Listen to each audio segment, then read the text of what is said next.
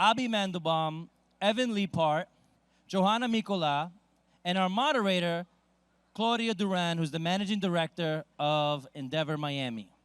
Hi, everyone. Are we ready? Yeah? Talk about a very important subject. So thanks for all of you for being here and listening to our incredible panel and panelists. Our panel today will be about mental health and entrepreneurship, the importance of entrepreneurs' well-being. Very, very important. So I'm Claudia Duran. I'm Managing Director of Endeavor Miami. We support entrepreneurs in their journey to scale all around the world. And today we have an incredible group of entrepreneurs that we supported throughout the last 10 years of Endeavor Miami. We're actually celebrating our 10th anniversary this year, which is a very big milestone. Woo! So thanks to all our supporters, partners, board members, mentors, and especially our entrepreneurs for trusting in our job. So to get started, I'm going to introduce the three panelists. First, we have Johanna Mikkola, Vice President and General Manager of BrainStation Miami, and also the former CEO and co-founder of WinCode Academy. Johanna is an Endeavor entrepreneur and is also a founding member of the Miami chapter of the Female Founder Collective and a board member of the Tech Hub South Florida. She was selected as a Greater Miami Chamber of Commerce Female Leader in Technology. And the South Florida Business Journal named Johanna as a top 40 under 40 and influential female leader in this community. Welcome, Joe. Wow. Who is that? Next, we have Abi Mandelbaum. He's a successful investor, advisor, Endeavor entrepreneur with an extensive experience in the education and wellness industries. He's also an Endeavor Miami board member and has his own education foundation and is also president and chairman of Opción Yo, his latest endeavor. He will be talking a little bit more about that. And he's very vested into mental health through his company. And also, before Opción Yo, he co-founded YouVisit, and he sold it very successfully a couple of years ago. So, serial entrepreneur, father of three, incredible supporter of Endeavor. Welcome, Abi. Last and not least, we have Evan Leaphart. Evan is a creator of Kiddie, Kredit. He is serious about teaching children and their families to have honest conversations about credit, very important subject. And so Kiddie Kredit is a mobile core tracking app designed to teach kids about the importance of financial literacy. Evan encourages youth to follow their dreams and pursue their passions, to create great careers rather than jobs that make every day feel like work. So we also are very proud to have had him as part of our Endeavor Lab program, and he's the co-founder of Black Men Talk Tech. So welcome, Evan. Thank you. So let's get started. Being an entrepreneur can be extremely difficult. I know we have a lot of entrepreneurs in the house. They feel a lot of pressure from the day to day and from investors, from making your dream a reality and achieving your vision. So a lot of pressure in the daily lives. So my question is for all of you, how are the long hours that you work and the commitment to creating something great at all times be so overwhelming? How do you all stay above water and dealing with all these daily pressures as entrepreneurs? Who wants to get started? I'll start. Thank you, guys. Ladies first, I guess. Thank you, thank you.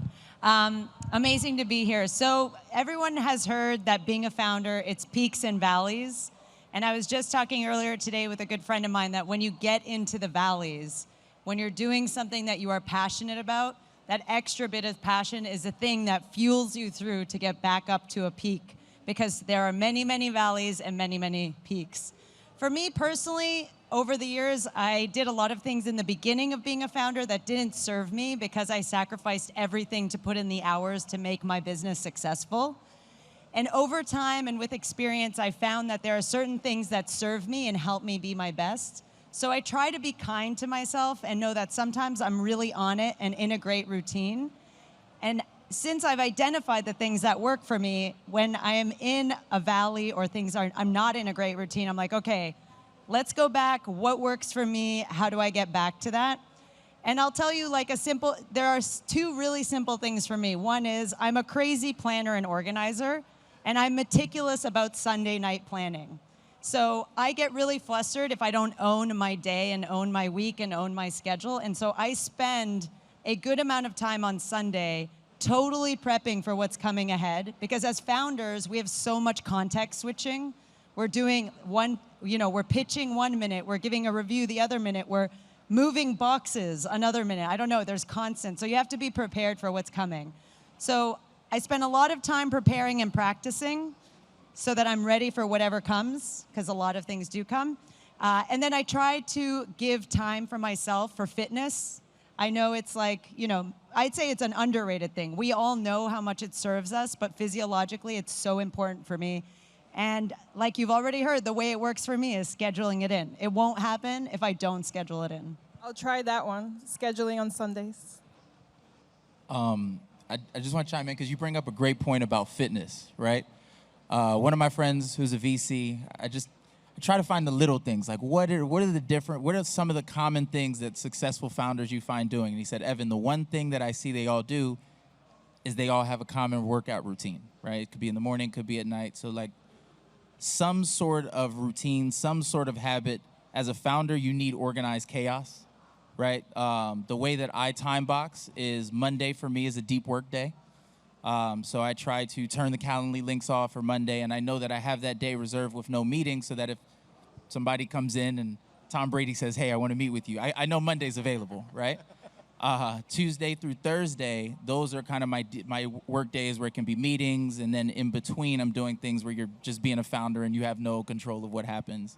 And then Friday, this is a new thing for me. I've made this more my time where I give back. You know, as founders, we're always trying to ascend, we're trying to climb.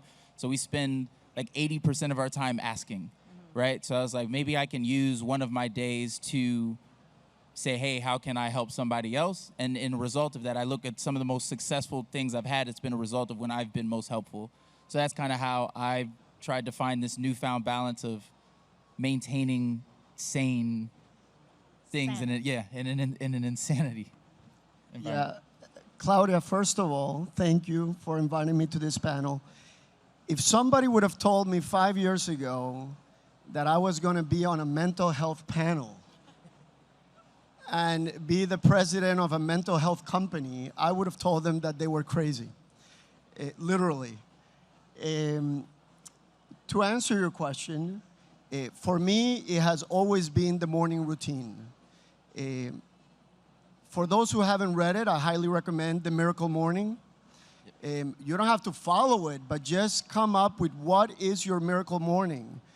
Because as an entrepreneur, you have no clue what the day will bring.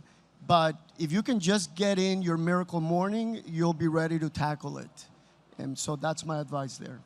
I gotta quickly say the miracle morning, which I call magical morning, is like aspirational for me. I'm like over 10 years in, like 2 decades into being a founder, and I will eventually get to that because that's amazing advice, but I have 2 small kids, they're 6 and 3, and I have prioritized right now sleep, but I'm so close. So I'll report back to having my miracle morning. I love that though. I'd co-sign that wholeheartedly. Savers, I try to, when I'm at my best, that 5 a.m. routine is amazing. Yeah, great book.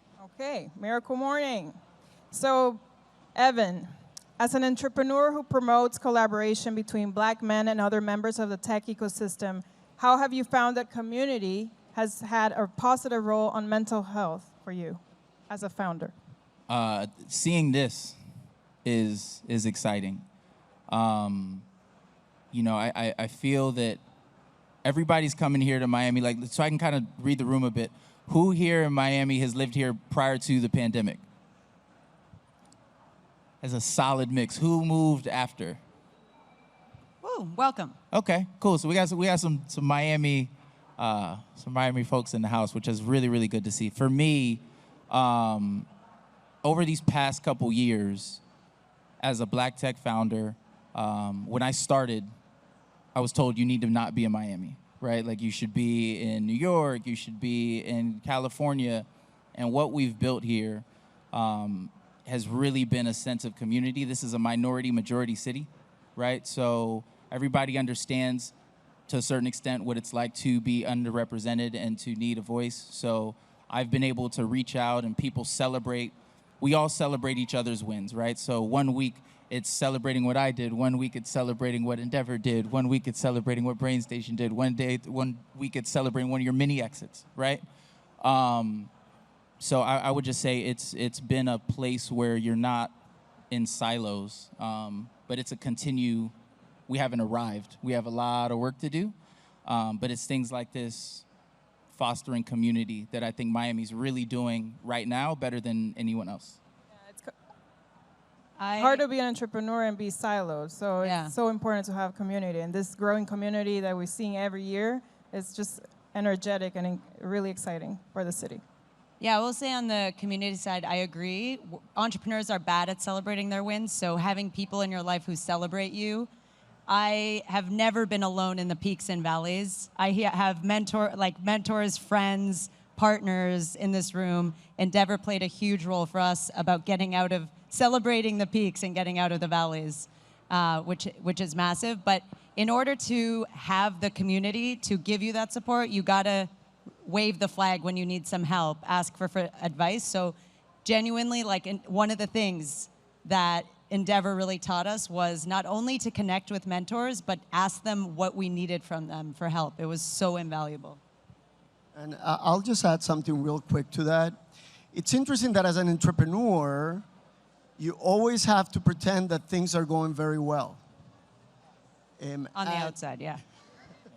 So you're all meeting, and maybe many of you are entrepreneurs, and you're meeting with entrepreneurs. They're out there smiling at you, telling you how great their companies are going. But the reality is that it's a struggle. And just having a group of people you can share those struggles with and see that you're not alone is huge. Because that's when you realize that nothing's wrong with you or the way you're operating. It's just very hard being an entrepreneur. And it's so important to be vulnerable and ask for help, right? Because when you're in those deep valleys, it's so important to not be stuck and lonely, but ask for people for your support. So, okay, Joe, having co-founded WinCode and being successfully acquired by BrainStation in 2021, you have experienced a shift in your role from entrepreneur to vice president general manager of BrainStation Miami. So tell us a little bit of how was that shift between being a founder and now a full-time employee? How do you manage that switch? Well, it's amazing to have an acquisition, right? Like that is the thing as a founder you always want to get to. You want to get to the exit. And I want to shout out my co-founder. I know he's here. He's already back to early stage startup pitching. He has a booth. You should check it out. Usko. His name's Juha. So they added things. So I went from being the founder to an employee on the team. And in addition to that, I lost my co-founder because he knew right away that he was going on to found the next company and I was going to stay on the team. So I experienced the loneliness because I missed my co-founder. But it was also exhilarating because part of the reason my experience with acquisition has gone so well is the company that acquired us, BrainStation, who's a global leader, they're very entrepreneurial in their spirit and how we operate. And so it was a really natural shift. I was also really grateful, and I think I'm in a very lucky position that the owners of that company, they were like, you're a leader, you know what you're doing, you're gonna do what you've always done.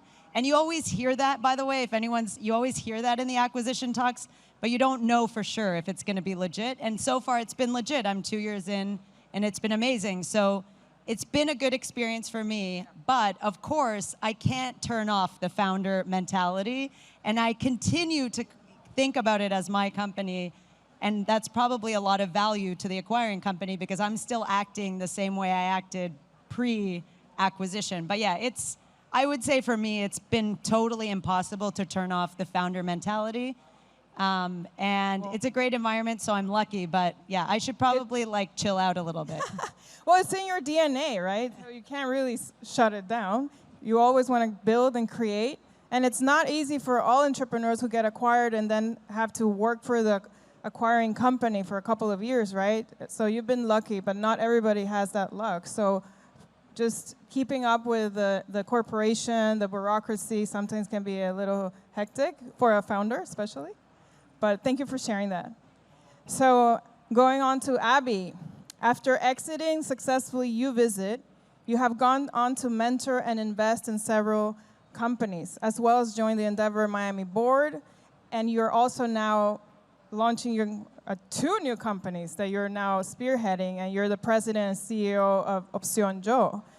You also are a philanthropist. So initially, transitioning out of the full-time founder, right, so many hours of work, was something that you had really struggled with, and you've been very open about it. What do you think is key for founders to keep in mind when they undergo major changes in their lives, like selling a company that is your identity? Thank you for such an easy question.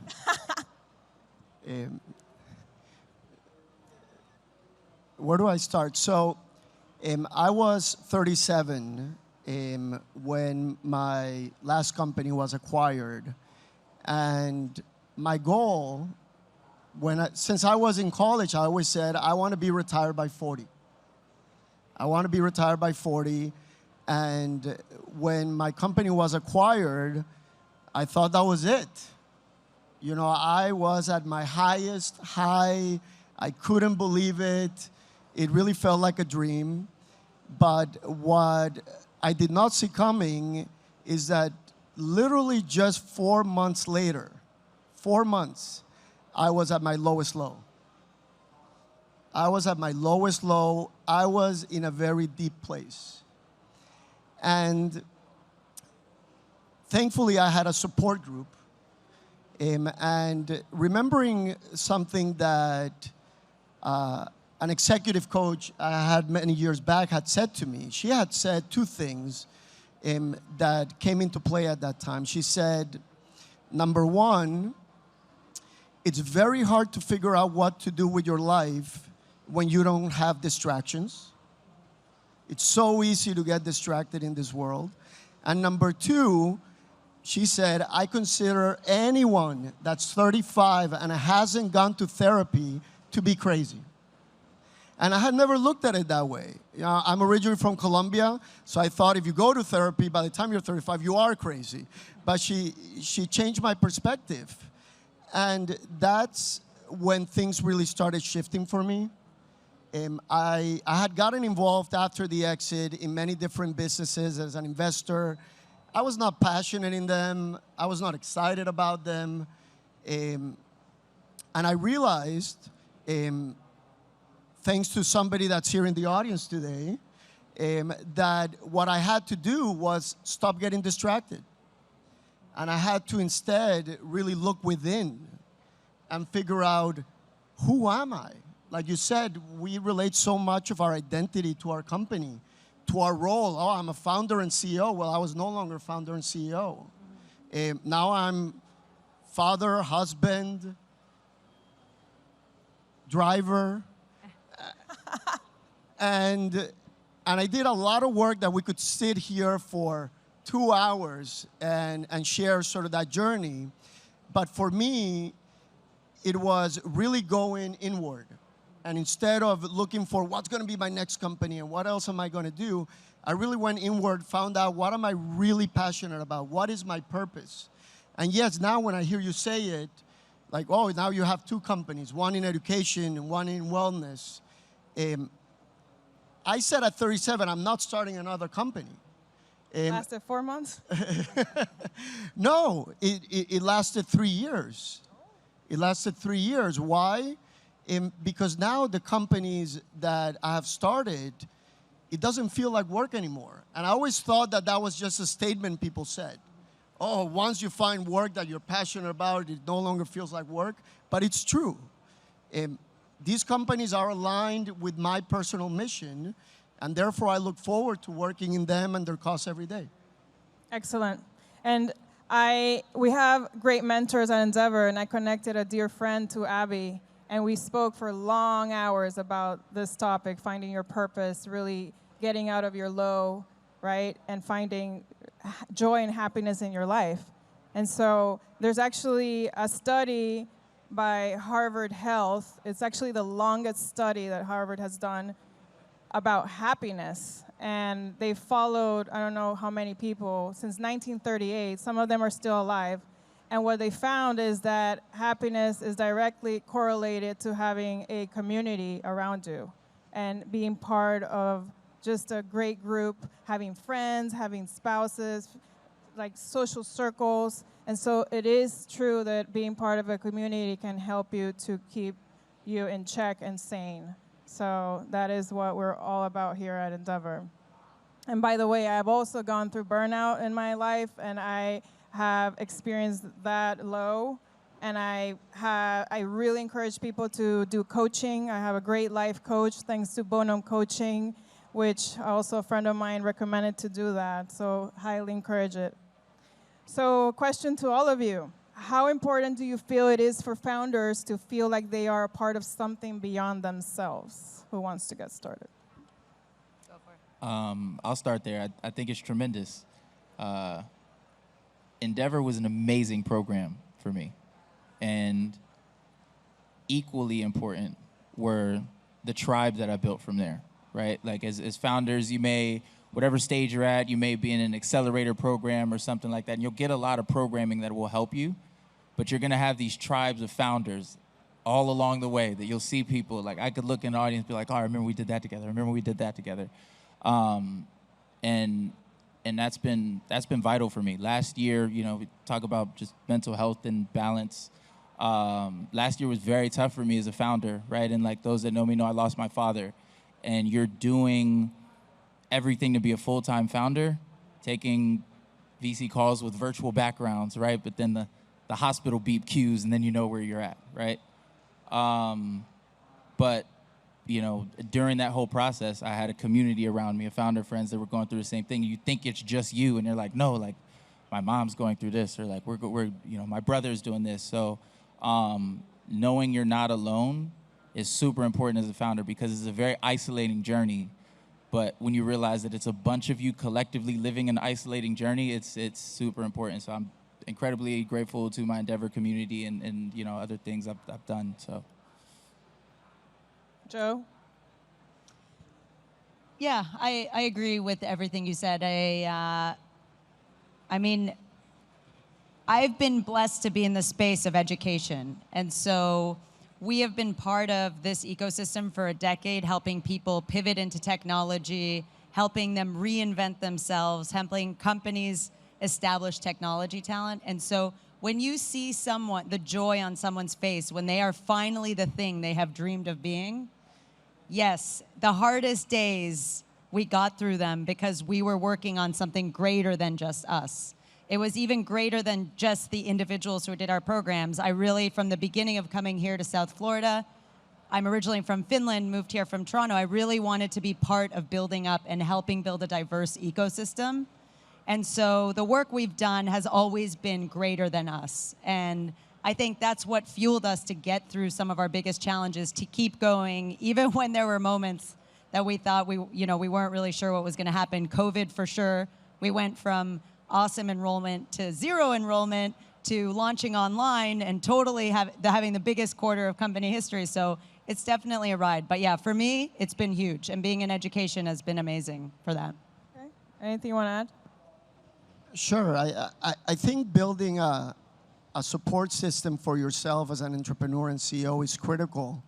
I think to the point that I wouldn't just let it happen and just surround yourself with people. I would be very thoughtful. Just as you think about your leadership team, just as you think about your employees, think about, as the CEO, what is your support system?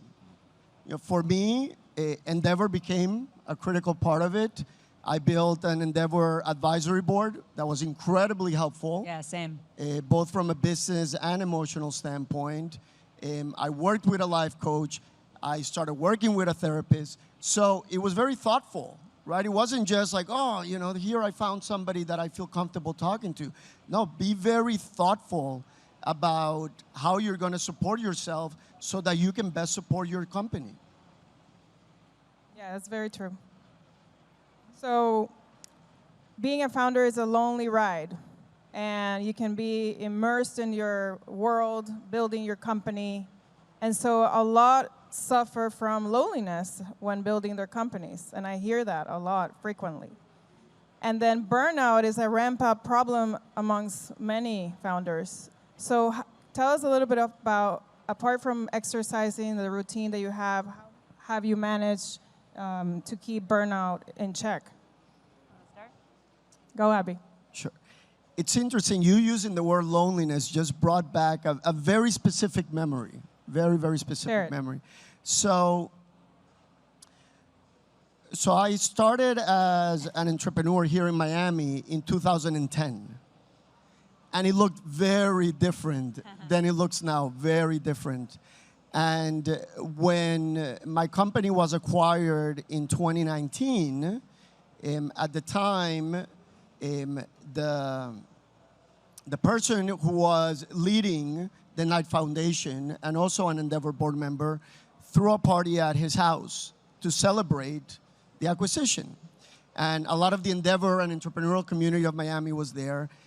And he asked me to say what it felt like to be an entrepreneur in Miami. And I said, lonely. And I said, it really felt lonely for a very long time, particularly in the tech space. There were no groups. There were very few tech entrepreneurs here. However, thankfully, there were organizations like Endeavor, like others. So I do think the CEO founder role is by nature a very lonely role. So anything you can do to surround yourself with people that will have your back, I think will make such a big difference. And what I like to say just to close this is that there are many organizations and they're becoming more and more popular. Right, the forum type of organizations. There's some that are international, some national, some are local. I'll mention a few, just local here, the LLC, there's YPO, there is EO. And I think those are great groups to really join and have the opportunity to really share the deepest things going inside of you with a group of people that you trust and admire. Yeah. Definitely retweet on the forum experience. I see my forum brother back there. He's like family. We go through a lot of experiences together, and we're side by side, even though we're in completely different industries. We're side by side. I know I have that support network, and that's been incredible. But I've been fortunate that my co-founder was my husband, so transparently, I didn't have so much of the loneliness. I do agree with early days in the ecosystem. We were like, there was no one around, and now there's a lot happening, which is great. But the thing I did experience, and maybe still am, honestly, if I'm being totally transparent here, is burnout. Like, for me, my personal experience has been that I'm very bad at celebrating the wins. As entrepreneurs, and honestly, as human beings, we always have goals and milestones that we are looking at into the future, so we're rarely in the present moment. And then you get to that milestone, and you hit that milestone. Like, we had a crazy revenue milestone we wanted to hit in the first 12 months, and we hit it. And a month later, my co-founder was like, "Did you realize we hit the milestone?" And like we did, and we're like, "Oh, okay." Back to our computers. Like, didn't celebrate it at all. And it is really important to take a moment to celebrate, not only for celebration's sake, but it's a moment to like take a deep breath and truly be present and be like, "Whoa, I hit that goal that I wanted to hit." Because there's always going to be the next thing that you want to go to. And so for me, what contributed to my burnout is I was rarely present in the early years of building WinCode because I was just focused on what was coming into the future. And so my experience share was that I'm still learning to celebrate the wins better. Very important. Evan? I agree with that. Hustle culture permeates through all of us, and it's a very tough thing to manage. I always say 10 seconds spent on thinking about how great I am is 10 seconds lost on thinking about how much better I could be, right? So it's a tough thing to really think through and be like, how do I not take my foot off the gas, but make sure that I don't just go at 100 miles per hour the whole time, right? Like nobody's going through the Formula One at the same pace. At some time, we're at a turn, you're slowing down, then you're speeding up. So understanding how to manage that is key, and I think we all have our routines that can kind of help us with that. So we talked about that with the first question, but yeah, I mean, I don't have the answer because I still go through it, right? Still working on it. Yeah, work in progress. I'll quickly add one of them. I'll never forget when I went to international selection panel for Endeavor, which was honestly a life-changing experience for me. I would do it over again and again if I could, as stressful as it was to be grilled on your business constantly. One of the mentors there said, Joe, make sure that you're carving out 10% of your day simply for contemplation and thought. 10%. That's actually a significant amount of time. And I gotta say, like, I'm still too afraid to be alone with my thoughts for that amount of time every day. But it's, again, aspirational. And when I do it, I find that I'm more creative, more rested, have better ideas. So that has also, when I do the 10%, I find that it helps combat burnout as well. There's so many good tips here and recommendations. As founders and leaders of your companies, we need you to be healthy and not go into burnout. Please, burnout is not fun. And for those who haven't experienced it, please just do exercise, find a coaching, have a routine, contemplation, breathing. People forget to breathe. Amazing. It's actually hard to really breathe. Just 5 minutes of breathing when you're very stressed during the day. Stop and stop thinking about work and just breathe. That really helps a lot. And so I really appreciate all the advice. Any last piece of advice for our audience or entrepreneurs here that you want to share? Yeah, I'd like to share something. This came from a professor I had during my MBA, and it has stuck with me. So who here has heard about work-life balance? What's that? Yeah. So he said, scratch that. Stop thinking about work-life balance. And this is the image that he used. Work-life balance looks like this. So as one aspect of your life goes up, the other one goes down. And he said, start thinking about it as work-life integration, right? And it's when you're able to integrate who you are with what you do that all of the aspects of your life rise together. And so that's what I would encourage everybody here to do. Excellent advice. Anyone else? I already shared some stuff, but sticking on the theme of forum and something I heard last night is it's a choice. So live life in celebration instead of fear, because it sure beats the alternative, and you're in for the ride anyway. Simple, appreciate the journey, right? When we're all here breathing. Right, like it literally is that simple. Just appreciate us being able to be in this moment, and if you can stay in that thought process for how short or how long period of time, it can be incredibly helpful. Yeah. And I always hear from founders, I don't have time. I don't have time for anything.